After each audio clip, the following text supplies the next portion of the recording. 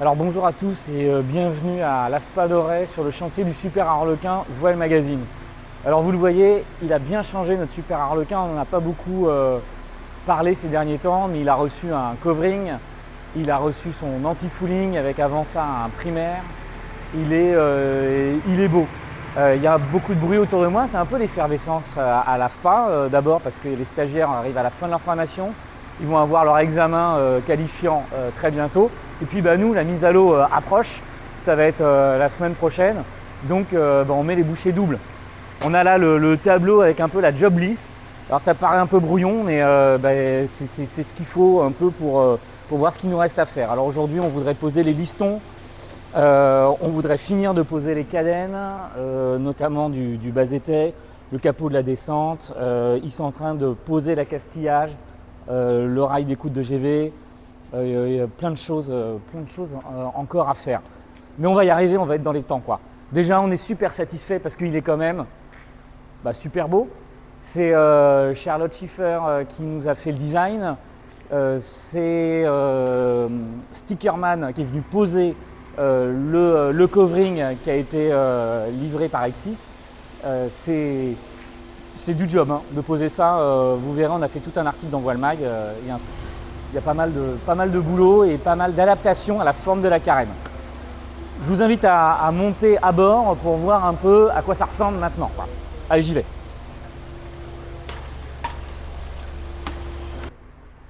Alors voilà, bienvenue à bord. On a Polo et Jean-Baptiste qui sont en train de monter le rail d'écoute de la GV. Tout l'accastillage a été fourni par Ronstan. Super matériel.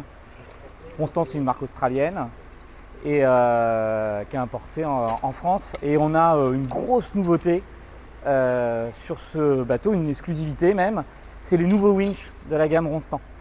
Ils sont top. On vous en fera l'essai détaillé dans Voile Mag. Mais voilà, alors, ils sont déclinés. Il y a des modèles 20, 30 qui ne sont pas présents ici et 40 ici.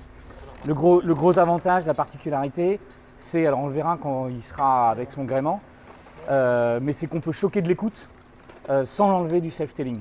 Et ça permet, alors on ne choque pas 10 mètres d'écoute, on va choquer un demi-tour ou un tour de poupée, mais ça permet de bien régler par exemple un spi, un génois, sans avoir à défaire l'écoute, voire même à enlever la manivelle.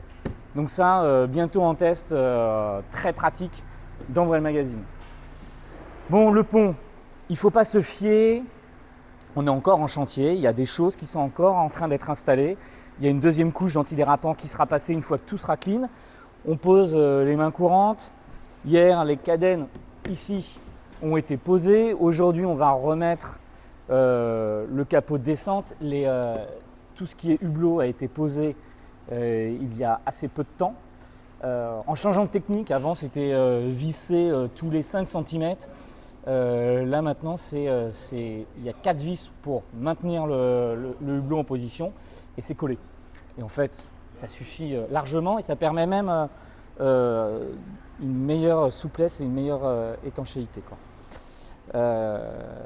Voilà, qu'est-ce qu'on a ? On a proche, on a l'avant, on a un tuyau qui va nous servir à connecter les WC. On a notre baille à mouillage avec une nouvelle encre en alu qu'on a récupérée, qui est un peu grande pour l'instant par la baille à mouillage, mais ça c'est un autre dossier qu'on verra ensemble. Une encre Spad alu. On vous montrera ça, on fera tout un petit tuto dans Voile Mag sur la ligne de mouillage, comment changer, préparer une ligne de mouillage. On va aller à l'intérieur. On va aller à l'intérieur. Alors voilà, je suis à l'intérieur. Regardez. C'est pas grand chose, mais ça joue beaucoup. On a remis les planchers qui ont été poncés et juste saturés avec un saturateur. On a décidé de ne pas les vernir et ça fait parfaitement le job. Tout l'ensemble du bois a été poncé pour être nettoyé. Ce sera une autre étape pour voir un peu plus ce qu'on fait de cet intérieur. Il y a quand même la table à cartes, mais ça vous l'avez déjà vu dans Voile Mag, qui a été modifiée. Avant, elle montait à peu près jusqu'ici, avec un gros rangement équipé pour apporter plus de lumière et on a fait une symétrie avec le côté cuisine et avec une petite main. On s'est dit que ça allait être bien pratique. Les mains courantes qui vont être ajoutées. Tout ça, ce sera réaménagé dans la saison 2 du refit du Super Harlequin. Pour l'instant, nous, on s'attache à le rendre navigant le plus rapidement possible. Et le gros boulot de cette année, c'était quand même la motorisation et remettre de l'électricité dans ce bateau. Alors hop, on va faire un demi-tour. Voilà. Alors là, on est face à la nouvelle bête qui est un moteur électrique Vetus 7500 E-Line et qui va nous donner toute la patate nécessaire pour nous déhaler quand il n'y aura pas de vent.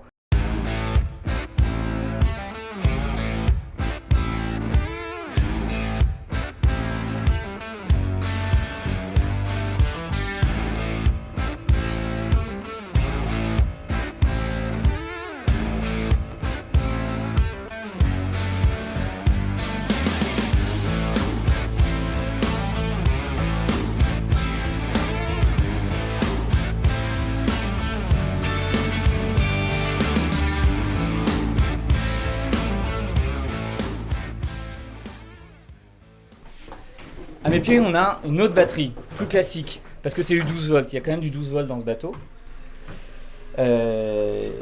Pour différentes raisons. D'abord, il faut alimenter tout ce qui est classique, centrale de navigation, feu de mouillage, donner un peu d'USB pour charger, etc. Et on a besoin de 12 volts pour faire marcher le moteur, de toute façon. Et oui, parce que la commande du moteur électrique est alimentée par du 12 volts. Ouais. Voilà. Je montre la batterie donc, fournie par Batterie Marine Service. Jean-Pierre Nicole, et elle est là la batterie. Ouais. Une techno assez intéressante d'ailleurs, on en parlera bientôt dans Voile Mag. C'est pas du lithium, mais c'est autre chose. Et le chargeur Cristec là, chargeur 12 volts, sachant que nous avons aussi des chargeurs 48 volts qui sont à l'arrière dans la cale. Pour le moteur, pour charger le moteur. pour les batteries moteurs. Ils sont là. Voilà. Ensuite, le tableau électrique. Exactement, le tableau électrique. Hop. Alors ça c'est une toute nouvelle techno. On a fait une petite vidéo de présentation qu'on va vous mettre tout de suite ou un peu plus tard en lien. Dès que j'appuie ici, j'ai ma gestion des circuits électriques. Je peux avoir, il n'est pas encore installé, tous mes réservoirs, que ce soit carburant, eau douce, eau noire. J'ai l'état de mes différents parcs de batterie, là on n'en a qu'une seule, elle commence à être un peu faiblarde. Et puis toute une série d'outils comme les éphémérides avec l'aube nautique, le coucher du soleil, le crépuscule nautique, les quartiers de lune, hein, la position GPS. Ici on voit la consommation instantanée, exprimée en watts évidemment, la puissance consommée. On a un baromètre. Alors là, il n'est pas étalonné, il faut que je fasse quelques petits paramétrages, mais ce qu'on peut voir ici, alors je vais prendre plutôt la température. On aura l'historique. Voilà, là on a l'historique sur une heure, c'est-à-dire que je l'ai branché il y a un peu plus d'une heure. On a l'historique de la température, donc vous aurez, plus longtemps il marche, plus on a un historique propre. Et ça, c'est pour toutes les fonctions. Bon, vous voyez, ça avance. On parle du sujet qui fâche. Les passe-coques ? Et les toilettes ? Les toilettes ? Et ben là aussi c'est un peu la découverte. Faut admettre qu'on dit galère. Il faut admettre qu'on a un peu galéré pour poser un des passe-coques. Mais bon, au final, on s'y est repris calmement. Ça nous a obligés à tout démonter. Il est où le passe-coque ? Il est là. En gros, il nous a fallu nous y reprendre à 3 reprises pour le poser.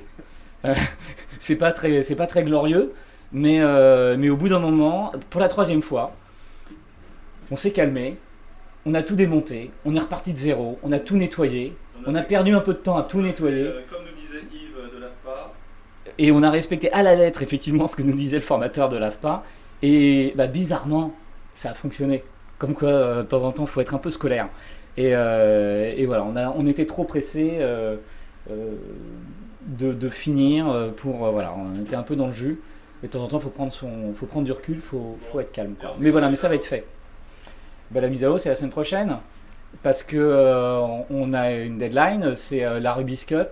On a défié un peu tous les participants en disant qu'ils allaient tous voir notre tableau arrière. Bah, il s'agit d'être capable de le présenter. Donc on va y aller. Et là-dessus, on est ultra confiant. Du coup, bah, je raccroche parce qu'il y a un peu de boulot.